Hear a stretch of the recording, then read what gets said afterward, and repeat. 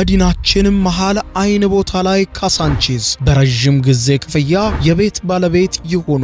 ትልቅ ሰው ሪል ስቴት የተናጠል ካርታ ያወጣላቸው 50% የባንክ ብድር የተመቻቸላቸው ዘመኑ በደረሰበት የግንባታ ጥበብ ጥንቅቅ ተደርገው የተገነቡ ማራኪ እይታን የተጎናጸፉ በኢንተርናሽናል ሆቴሎችና ተቋማት በተከበበችው መሃል ካሳንቺስ ላይ ቢያከራዩት ዳጎስ ያለ ወራዊ ገቢ የሚያስገኝ ቢኖርበት ምቹ መሃል ከተማ እንደ ፍላጎቱ የሚስማማ የመኖሪያ ቤቶችን አቅርበናል። አፓርትመንቶቻችን ክሎዝድ ኪችን እና ትራዲሽናል ኪችን የተገጠመላቸው ሲሆኑ በተጨማሪም ለጋራ መገልገያ ተብሎ የሚቀነሰው ስፋት 7% ብቻ መሆኑ ልዩ ያደርገናል። እንደ ምርጫው ባለ 2 እና ባለ 3 መኝታ ስፋት ያላቸው ቅንጡ አፓርትመንቶችን አቅርበናል። ቀድመው ለሚመጡ 10 ደንበኞች እውነተኛ 10% ቅናሽ አዘጋጅተናል። ለበለጠ መረጃና ቤቶቹን ለመጎብኘት በ0947 02 22 22 ላይ ሃሎ ይበሉን። እንደ ስማችን ትልቅ ነው ስራችን። ትልቅ ሰው ሪል ስቴት።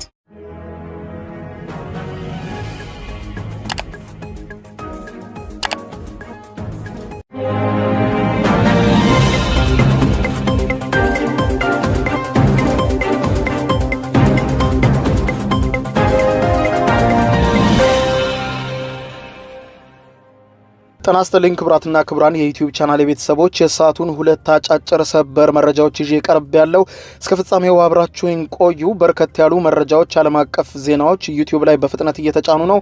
ዜናዎቹ ዩቲዩብ ላይ ሲጫኑ ቀድሞ ለእናንተ የማስታወቂያ ምልክት ወይም ኖቲፊኬሽን እንዲደርሷችሁ የዩቲዩብ ቻናሌን ሰብስክራይብ በማድረግ የደወል ምልክቷን መጫን አትዘንጉ።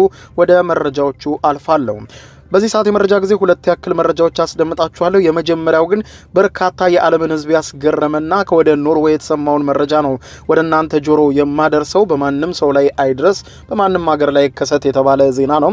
ይኸውም በርካታ ኖርዌያውያን የቆረጡት ሎተሪ እጅግ በርካታ ገንዘብ እንደደረሳቸው የሚያመለክት ማለትም በሚሊዮን የሚቆጠር ክሮነር እንደደረሳቸው የሚያመለክት የደስታ መልእክት ከተላከላቸው ከቀናት በኋላ አብዛኞቹም ቤት ስለመግዛት፣ ኑሯቸውን ስለማሻሻል፣ የተበደሩትን ስለመክፈል ብዙ እቅድ ካወጡ በኋላ ግን አስደንጋጭ መልእክት ደርሷቸዋል በትናንትናው ዕለት።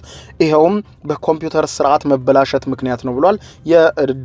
የሎተሪ ድርጅቱም በኮምፒውተር የተሳሳተ ስርዓት አማካኝነት ለበርካታ ኖርዌያውያን ሎተሪ እንደደረሳቸው የሚያመለክት የተሳሳተ መልእክት ልኳል። ይህም በከፍተኛ ሁኔታ በኖርዌያውያኑ ዘንድ ቁጣን ቀስቅሷል። ጉዳዩን ወደ ፍርድ እንወስደዋለን ያሉም በርካቶች ወደ ፍርድ ቤት ጉዳዩን ወስደውታል። መንግስት መግለጫ ሰጥቷል። የሎተሪ ተቋሙ ዋና ኃላፊም ከስራ መልቀቃቸው ተሰምቷል። ጉዳዩን በተመለከተ በጣም አስገራሚ ዜና ነው የማስደምጣችሁ ይሆናል።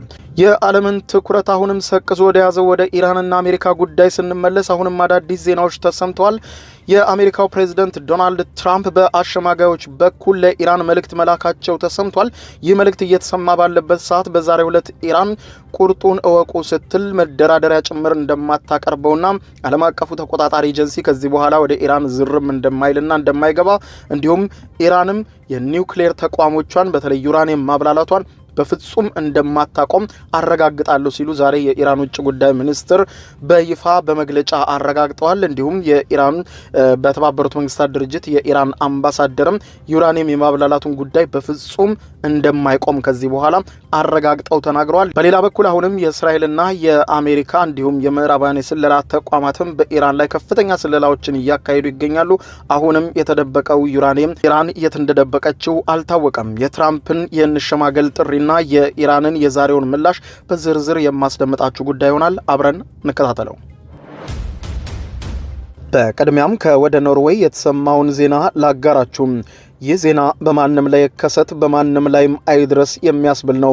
በርካታ የኖርዌይ ዜጎች ጉዳቸውን ካወቁ በኋላ በከፍተኛ ሁኔታ ቁጣ መቀስቀሳቸው ተነግሯል። በርካታ ኖርዌያውያን ከቀናት በፊት የቆረጡት ሎተሪ በተፈጠረ የኮምፒውተር ብልሽት ምክንያት ሎተሪውን ማሸነፋቸውን የሚገልጽ የእንኳን ደስ አላችሁ መልእክት ከደረሳቸው በኋላና ሁሉም ባለድሎችም ሚሊዮነር ሆነናል ብለው ካሰቡና ሽልማታቸውን ለመቀበል እየጠበቁ ባለበት ሰዓት የኮምፒውተር ብልሽት መሆኑን መገለጹ በከፍተኛ ሁኔታ ኖርዌይ ውስጥ ቁጣ ቀስቅሷል። በርካታ ኖርዌያውያን እንደ ቢቢሲ ዘገባ ረብጣ ገንዘብ ማሸነፋቸውን የሚገልጽ መልእክት በመንግስት ባለቤትነት ከሚተዳደረው አቋማሪ ኩባንያ ከደረሳቸው በኋላ ሚሊዮነር ሆነናል ብለው አስበው ነበር ይላል ቢቢሲ በዘገባው።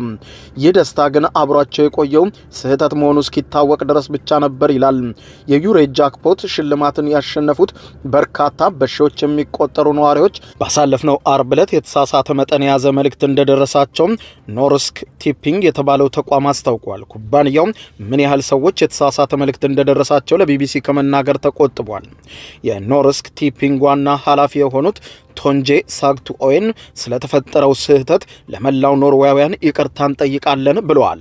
ኩባንያው ከዩሮ ሴንት ወደ ኖርዌይ ክሮነር በመቀየር ሂደት ውስጥ በተፈጠረ ስህተት ሽልማቱ ከመጠን በላይ ከፍተኛ እንዲሆን አድርጓል ሲል ነው በዛሬው ዕለት ጉድ ያዘለ መግለጫውን የሰጠው። ገንዘቡ በመቶ ከመካፈል ይልቅ ለመቶ ተባስቷል ሲል የተፈጠረውን የኮምፒውተር ስህተት ያስረዳል። ኖርስክ ቲፒንግ የሽልማት መጠኑን ከጀርመን በዩሮ ከተቀበለ በኋላ ወደ ኖርዌይ ክሮነር እንደለወጠው ገልጾ በመለወጥ ሂደት ውስጥ በተፈጠረ የኮምፒውተር ስህተት ምክንያት ያልደረሳቸው እንደደረሳቸው መልእክት ሊደርሳቸው ችሏል ብሏል። ብዙዎችም ስላሳዘነ በጣም አዝናለሁ፣ ሰዎች በእኛ ላይ መናደዳቸውንም ተረድቻለሁ ብሏል ሳግቱኤን። በዚህም ደግሞ በከፍተኛ ሁኔታ ቁጣም መቀስቀሱን ተከትሎ የኩባንያው ዋና ዳይሬክተር ስራቸውን በይፋ መልቀቃቸውም ተመልክቷል። ለመዝናናት ወጣ ለማለት ያቀዱ ቤታቸውን ለማደስ ወይም ደግሞ አፓርታማ ለመግዛት ካሰቡ ሰዎች በርካታ መልእክቶችም እንደደረሷቸው ተናግረዋል። ለእነርሱ ማለት የምፈልገው ይቅርታ ብቻ ነው ብለዋል። በተለይም በርካታ ኖርዌያውያን ይህ መልእክት ደርሶናል በማለት በከፍተኛ ሁኔታ እቅድ ውስጥ የገቡ ሲሆን ለቀናትም ይህንን ቤት እገዛለሁ፣ የሎተሪ ብሬን ሳገኝ ይህንን አደርጋለሁ በማለት ያቀዱ በርካቶች እንደነበሩም ተገልጿል። ታዲያም ይህ የያዙት የሎተሪ ትኬት ደረሳቸው የተባለው በስህተት መሆኑን ከሰሙ በኋላ እጅግ በርካቶቹ ብስጭት ውስጥ እንደሚገኙና አንዳንዶቹም ራስ የማጥፋት ሂደት ላይ ጭምር መግባታቸው በርካቶችን አስቆጥቷል።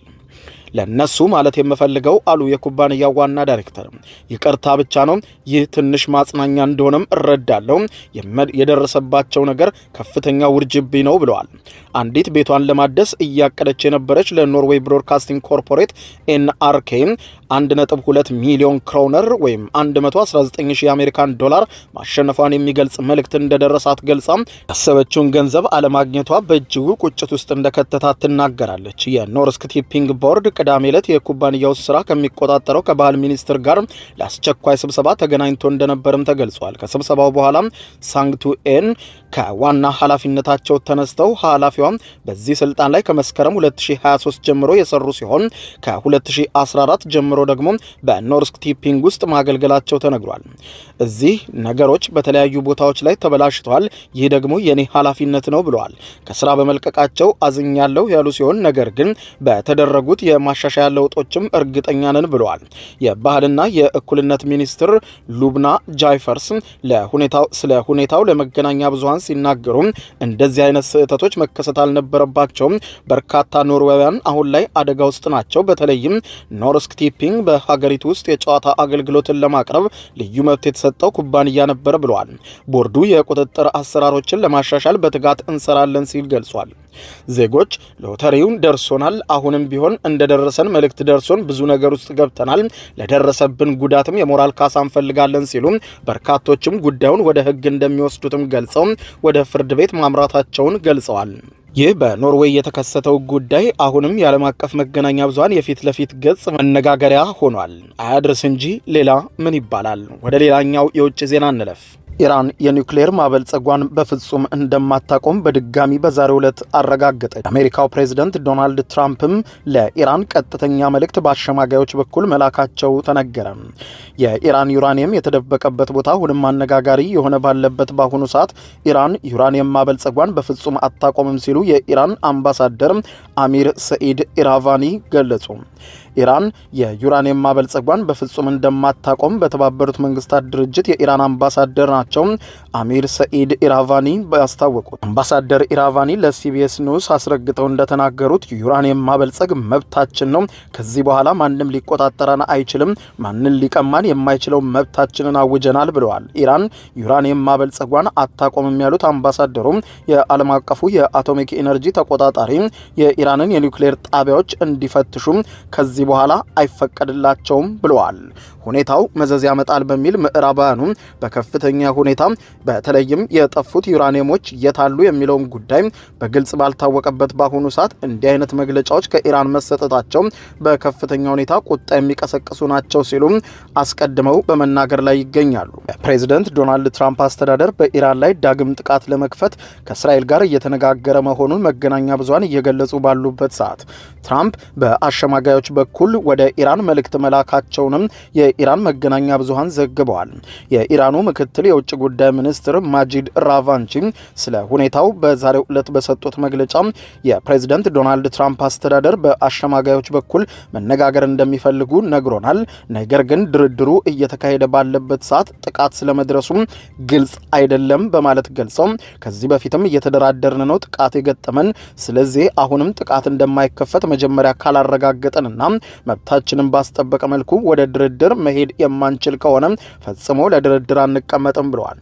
ዶናልድ ትራምፕ ስለ ቁልፉ ጥያቄ ምንም አለማለታቸውን በምክትል ውጭ ጉዳይ ሚኒስትሯ በኩል ኢራን ጥያቄ ለማንሳት መገደዷን ገልጸው የኢራንና የአሜሪካ ስድስተኛው ዙር ድርድር በኦማን ሊካሄድ 2 ቀን ሲቀረው እስራኤል ኢራንን መምታቷንና በኋላም አሜሪካ ጉዳዩ ላይ መቀላቀሏ በከፍተኛ ሁኔታ ኢራን ከዚህ በኋላ ከአሜሪካ ጋር የምታደርገውን ንግግር በአንክሮ እንድትመለከተው አስገድዷታል ብለዋል። እኚሁ የኢራን ባለስልጣን ጨምረውም ሲናገሩ ኢራን ለሰላማዊ ዓላማዎች ስትል በምትገልጸው ዩራኒየም ማበልጸግ እቅዷን በተመለከተ በአቋሟ እንደምትጸና አስረግጠው ደግሞ ገልጸው ኢራን ከዚህ በኋላ ለምታካሂደው ምርምር የመርሃ ግብሯ የኒውክሌር ቁሳቁስ እንዳታገኝ ተከልክላ ተገላ ቆይታለች።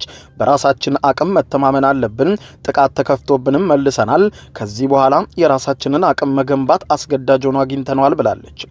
ደረጃው ውይይት ሊደረግበት ይችላል፣ አቅሙም ውይይት ሊደረግበት ይችላል። ነገር ግን ኢራን ማበልጸግ የለባችሁም፣ የማበልጸግ ደረጃችሁም ዜሮ መሆን አለበት የሚሉትን ፈጽሞ አንቀበልም፣ አንስማማም፣ በዚህ ጉዳይ ለንግግርም አንቀመጥም ባይ ናቸው ውጭ ጉዳይ ሚኒስትሩ።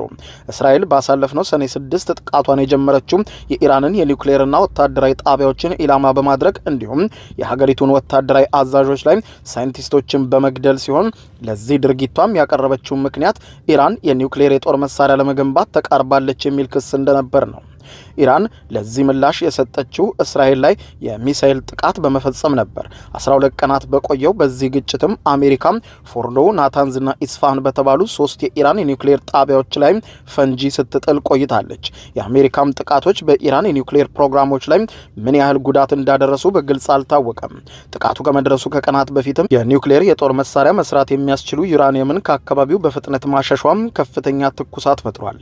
ትራምፕ በበኩላቸው ኢራን አሳሳቢ በሆነ ደረጃ ዩራኒየም ማበልጸግ እንደምትችል መረጃዎች እየወጡ ነው በማለት ገልጸው ይህንን በሰነድ እንዲያረጋግጡልኝ ገልጫለሁ። በቀናት ውስጥ ይረጋገጣል። በቀናት ውስጥ ይህ ከተረጋገጠ ደግሞ በድጋሚ በኢራን ላይ ከፍተኛ ጥቃት ከፍታለሁ ብለዋል። ትራምፕ በዚህ ሳምንት ከኢራን ጋር ውይይት ሊካሄድ እንደሚችል ቢጠቁሙም የኢራን ውጭ ጉዳይ ሚኒስትር ግን እስካሁን የተያዘ ምንም አይነት የስብሰባ እቅድ እንደሌላቸው ገልጸው መጀመሪያ አሜሪካ አቋሟን ግልጽ ካላደረገችና በዚህ ጉዳይ የምትለንን ጉዳይ ግልጽ ካልሆነ በፍጹም ለድርድር አንቀመጥም ብለዋል።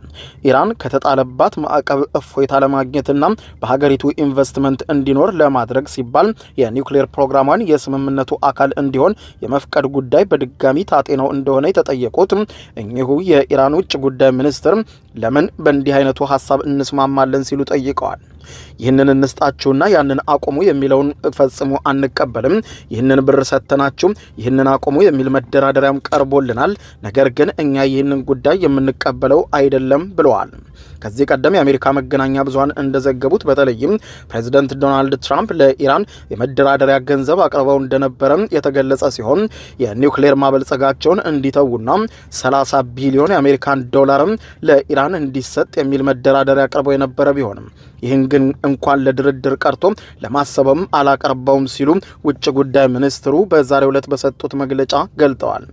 ኢራን ለዚህ ምላሽ የሰጠችው በተለይም ከማበልጸግ ጋር የተያያዙ ገደቦችን ፈጽሞ እንደማትቀበለው ገልጻ አሁን ነጻነታችንን እያወጅንበት ያለው ጊዜ ነው ብለዋል። አሁንም ቢሆን የእስራኤልና የአሜሪካ የስለላ ቡድኖች እረፍት አላገኙም። ከምዕራባውያን የስለላ ተቋማት ጋር በጋራ በመሆን ኢራን የበለጸገውን ዩራኒየም ወዴት እንዳሸሸችውና የቱ ጋር እንደደበቀ እንደለቀቀችው ለማወቅ በከፍተኛ ሁኔታ እየታተሩ ስለመሆኑ መገናኛ ብዙሃን በስፋት እየጻፉ ነው። ክቡራን አድማጮች ለሰዓቱ ብታረምጧቸው ያልኳቸው አጫጭር መረጃዎች የሰማችኋቸው ናቸው።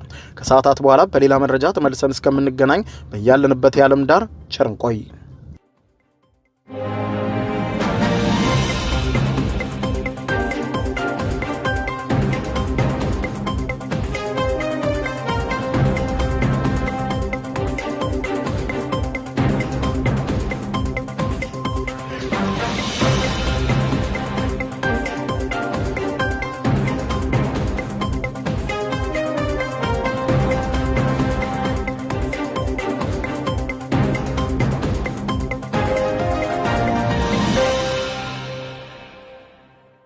የዩቲዩብ የስኬት ሚስጥሮችን በዝርዝር የያዘው የአቤል ብርሃኑ የወይኗ ልጅ አዲስ መጽሐፍ በገበያ ላይ ዋለ። ዩቲዩብ ለመጀመር በአጭር ጊዜ ስኬትን ለመቀዳጀት አስበዋል? ዩቲዩብ ጀምረው ሚስጥሮቹ አልገባ ብለውታል? እንግዲያውስ አዲሱ በዩቲዩብ 2 የወርቅ 3 የብር ሽልማቶችን ያገኘው የአቤል ብርሃኑ የወይኗ ልጅ የዩቲዩብ ሚስጥሮች መጽሐፍ በዝርዝር ሁሉንም ያብራራሉታል። ዛሬውኑ ገዝተው ህልሞን የሚያደርጉበትን የዩቲዩብ የስኬት መንገድ ይጀምሩ። በውጭ ሀገራት ለምትገኙ ከአማዞን ላይ ብታዙ በቀናት ውስጥ ደጁ ይደርሳል። የአማዞን ሊንኩን እዚህ ቪዲዮ ኮሜንት ላይ ያገኙታል። በሀገር ውስጥ ለምትገኙ በ0949 13 0000 ቴሌግራም ላይ ይዘዙ። ካሉበት ቦታ እናደርሳለን። የዩቲዩብ ሚስጥሮች ዘመኑ ጋር ተፈላጊ መጽሐፍ።